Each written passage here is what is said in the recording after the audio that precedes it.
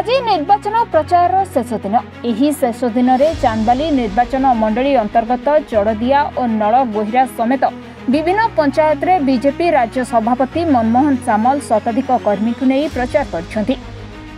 तेबे आजिर एही road show रे बीजेपीर शक्ति प्रदर्शन देखा मिलता बेले एही रोड शो रे बीजेपीर शताधिक संख्यार कर्मी और समर्थक माने सामिल होइथिले। रोड शो सहित बाइक रैली रे कर्मी माने नाराबाजी देवा सहित बीजेपीर हाथ मुठा को टाण करथिले। ओडिशा रे बीजेपी सरकार आसिले चांदबालीर विकास घटिबा सह आगामी दिन में लोकंक समस्या दूर हेबो बोली कहिसंती बीजेपी राज्य सभापति मनमोहन सामल।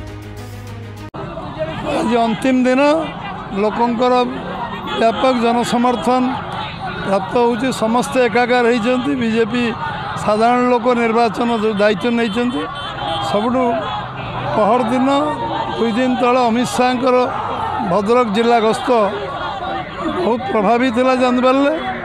चांदबाल से स्पष्ट भाव कही जो दीर्घ दिन धरी 25-30 वर्ष है जो आंदोलन चलती भद्रक मेडिकल कॉलेज हॉस्पिटल यदि आम सरकार आसो आम करूँ।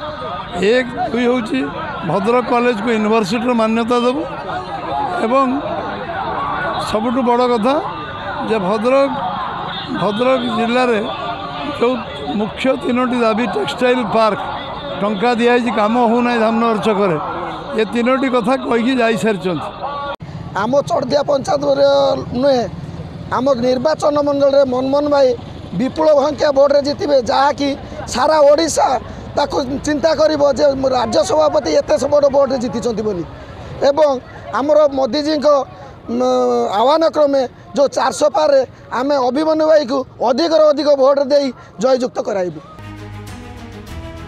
चांदबाली विजय कुमार को रिपोर्ट महाभारत लाइव।